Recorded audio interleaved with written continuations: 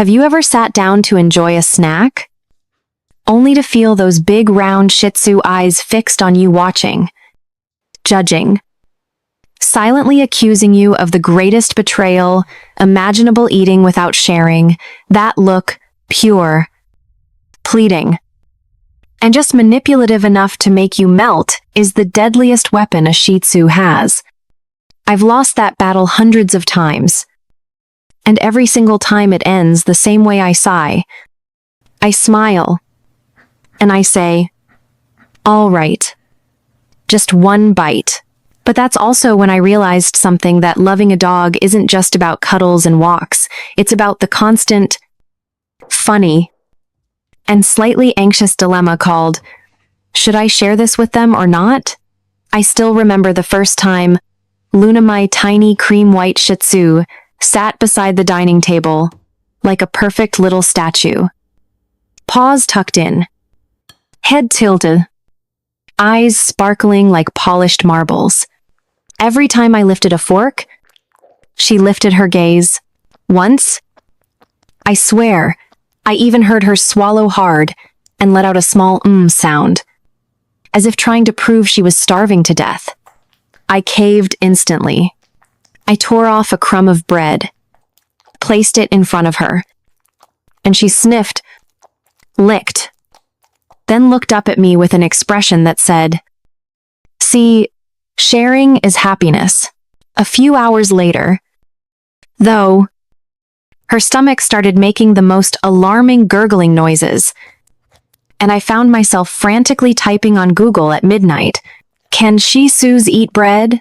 That was the moment I learned that loving a dog means becoming a part-time nutritionist overnight. From that day forward, I began a new adventure, exploring the world of foods that humans and Shih Tzus can safely share. I started reading ingredient labels more carefully than I ever had for myself. I discovered that plain yogurt could be a miracle for digestion if it's sugar-free. That apples make the perfect crunchy dessert, but their seeds are dangerous. That salmon can make her coat shine like silk, but only if it's cooked, plain, and unseasoned. Every meal became an act of care, a tiny ritual of love, because feeding her wasn't just about filling her belly, it was about honoring her trust, her small wagging body that believed I would never let anything harm her. There were quiet evenings when we ate side by side. No words, just warmth. Luna would lick her tiny spoon of yogurt clean while I sipped my tea. And somehow it felt like sharing a secret, two companions bound by something simple and wordless. In those moments, I realized this little dog had taught me more about love than any book ever could. Love isn't about giving too much. It's about knowing what to give, and how to keep someone safe while you do. So if you've ever fallen for that gaze, that melting, guilt-inducing look that could end any diet or rule you've ever made, stay with me. Because in the next part, I'm going to tell you about 7 human foods that are actually good for Shih Tzus. Foods that made me laugh, worry, and learn. That turned every mealtime into a story. And that proved a creature weighing less than 5 kilos could somehow make your whole world spin around their tiny bowl.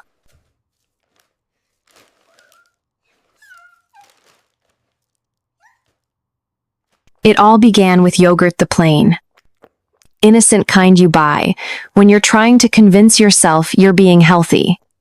One quiet morning, I was halfway through a cup of sugar-free yogurt when I felt it, the unmistakable stare. Luna, my Shih Tzu, sat a few feet away, her little face tilted, eyes sparkling with the kind of longing only dogs can master. That silent question hung between us, just one lick. Please, I hesitated. Spoon frozen midair. I'd read somewhere that dairy could upset a dog's stomach, and I wasn't sure if this was an act of love or potential betrayal. But Luna didn't blink. She just kept looking at me with that unwavering faith that somehow always wins. So I gave in. One tiny spoonful. She sniffed, then took a slow, deliberate lick, and then another, and then licked the air around the spoon as if trying to taste the memory. I couldn't help but laugh. Nothing bad happened. No tummy aches. No drama. Just a happy dog with a bit of yogurt on her nose and a wagging tail that could power a small windmill. From that day, yogurt became our thing. A tiny ritual that always makes me smile. Once a week, I'd take out a small spoon, and Luna would appear from nowhere, trotting over like a furry clock that always knows the schedule. One spoonful, no sugar. No flavor. Just simple, creamy calmness. It helped her digestion, made her coat shinier, and, honestly, made me feel like I was doing something right. In a world full of complicated rules for pet food, that simple act of sharing felt pure and kind of magical. There's a strange comfort in watching a creature so small find joy in something so ordinary. Then came Apple's Luna's true obsession. Forget toys or treats. Apples were her love story. I still remember the first time I sliced one open. The knife barely hit the cutting board. And before I could blink, she came skidding across the kitchen floor. Nails clicking like castanets. Tail waving like a parade flag. Her whole body vibrated with anticipation. I cut a few thin, crisp slices. And as soon as I handed her one, she took it so gently, as if she understood it was precious.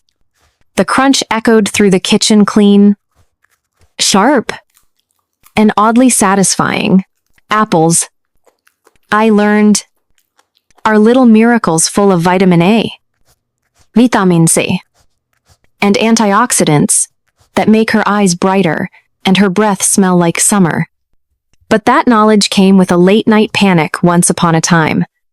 You see, one evening, I lazily forgot to remove a seed, and an hour later, guilt gnawed at me so fiercely that I found myself on the couch at midnight, typing cyanide poisoning in dogs into my phone with shaking hands.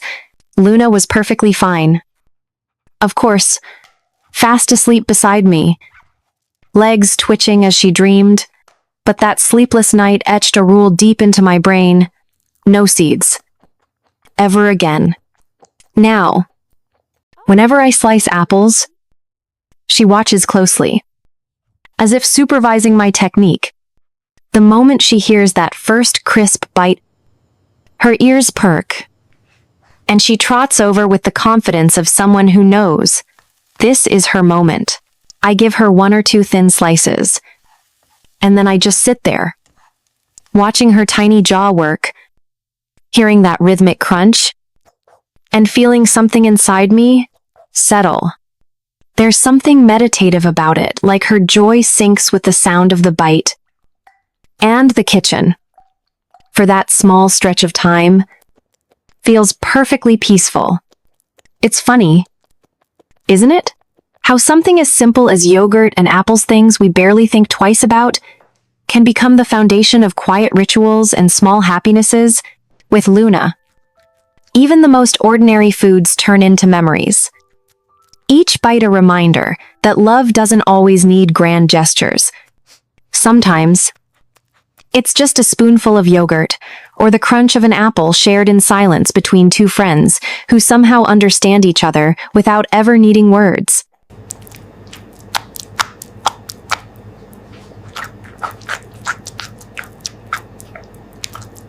I used to think popcorn was only meant for movie theaters. The kind of snack that goes best with a dark room, a big screen, and a bit of drama. But that idea didn't last long after Luna entered my life. One night, while I was on the couch watching an old film, I made the mistake of tossing a kernel that missed my mouth and landed on the floor. Before I could even react, Luna moved a blur of fur and determination, and snap. The popcorn vanished. She didn't chew. Didn't hesitate. It was like watching a fluffy ninja at work. I burst out laughing. And from that night on, Movie night was never the same again. I started experimenting, tossing one or two pieces to see how quick she really was.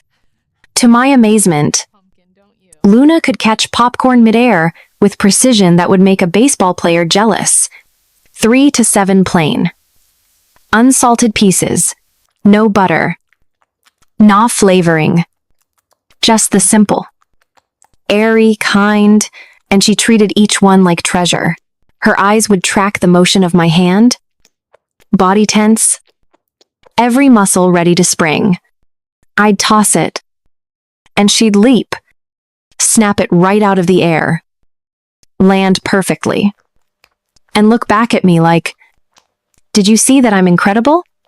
And she was. There's something deeply funny about watching a 6-kilo ball of fluff take a popcorn game as seriously as an Olympic sport. She waits, utterly focused, like a lioness about to pounce. And when she succeeds, she wags her tail in victory tiny, proud, and completely unaware that her hunt is made of puffed corn. The room fills with laughter. The kind that shakes off every bit of the day's tiredness. And even though popcorn isn't exactly a superfood, it somehow feels nourishing in the way joy always does. Saturday nights slowly became our ritual.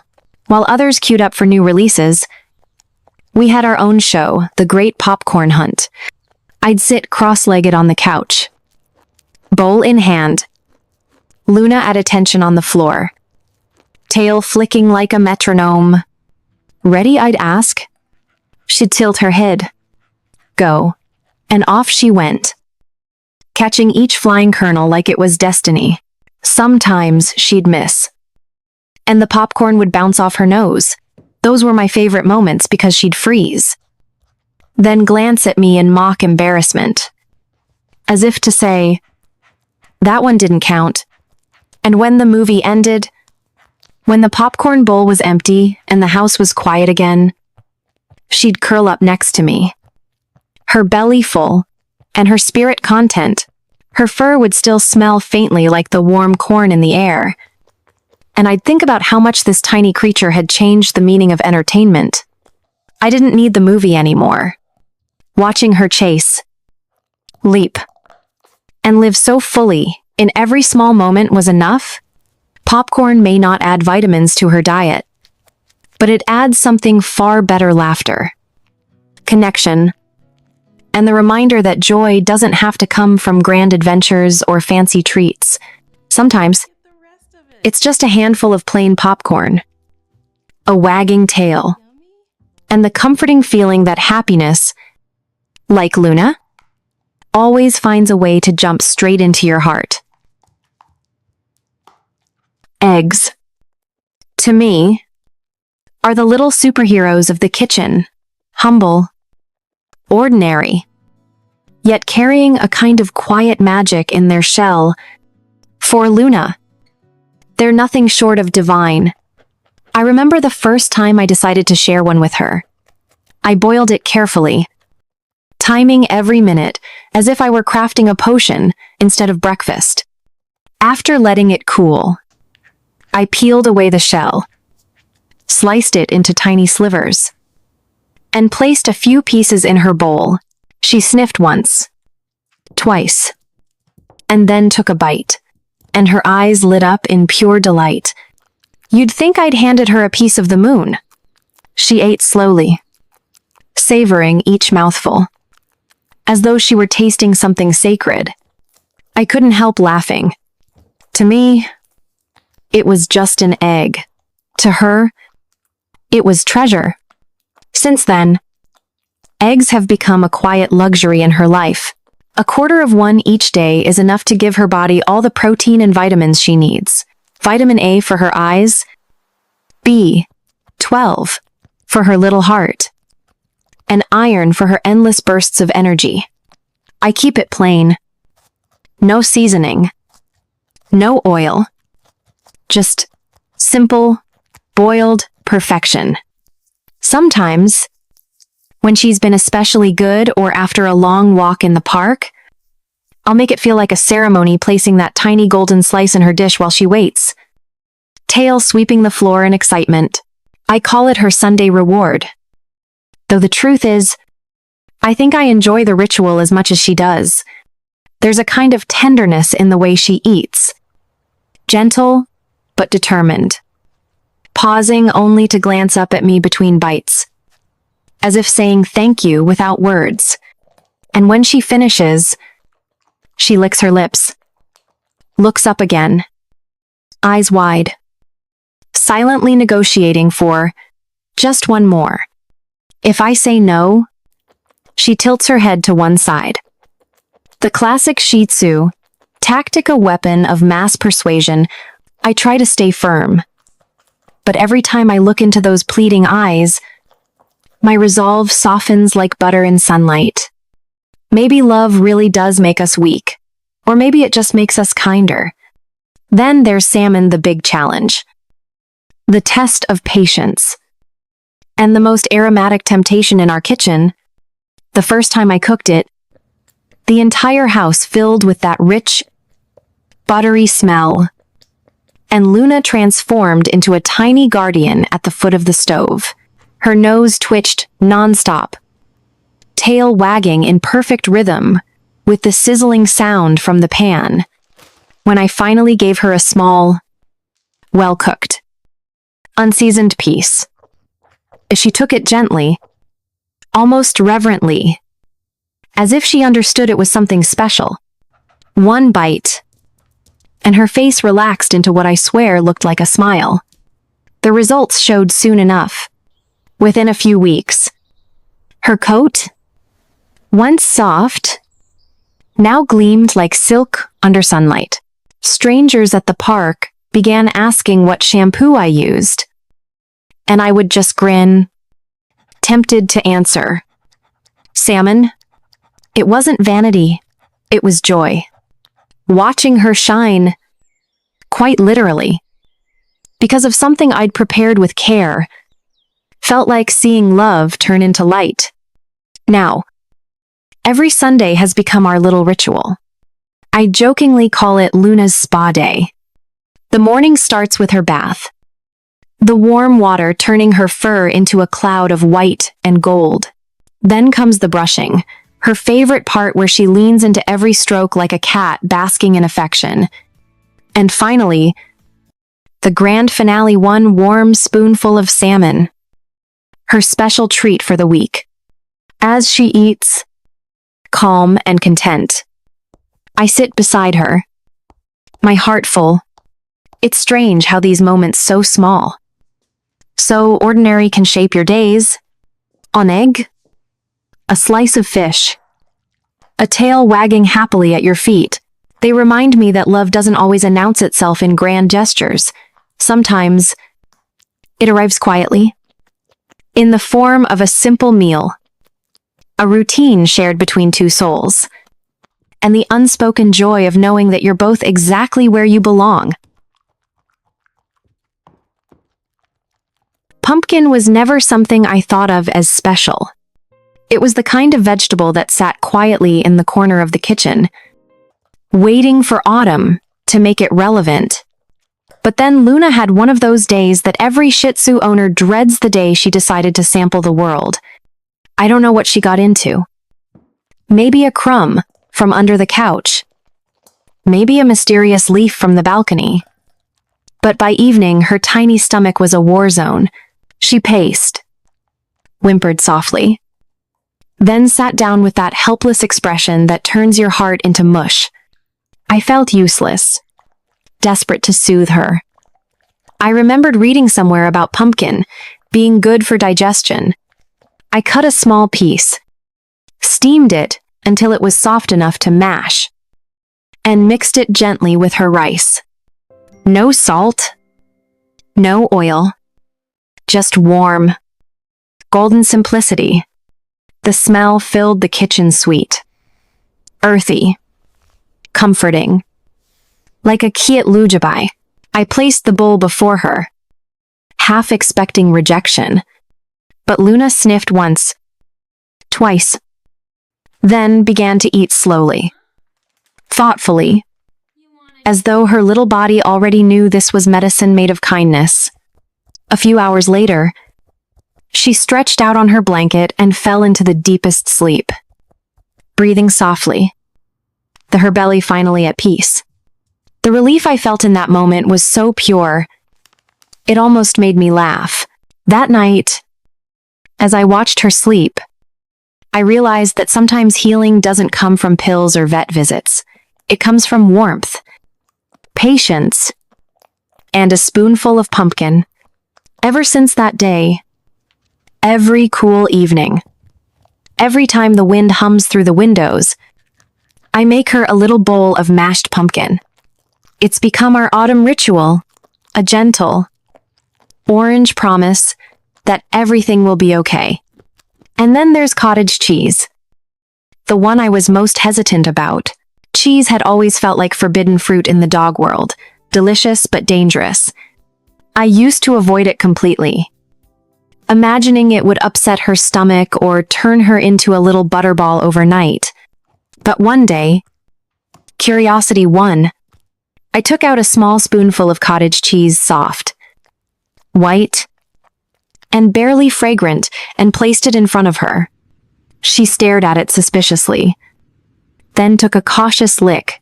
Her eyes widened, then closed halfway as she licked her lips with a kind of bliss that made me burst out laughing. It was like watching someone taste ice cream for the first time. From that moment, cottage cheese became her secret indulgence. Not often just on special days, when she'd been especially patient, or when her eyes had that extra sparkle. It's rich in vitamin B12, which helps her nervous system stay strong. But it's also heavy in calories.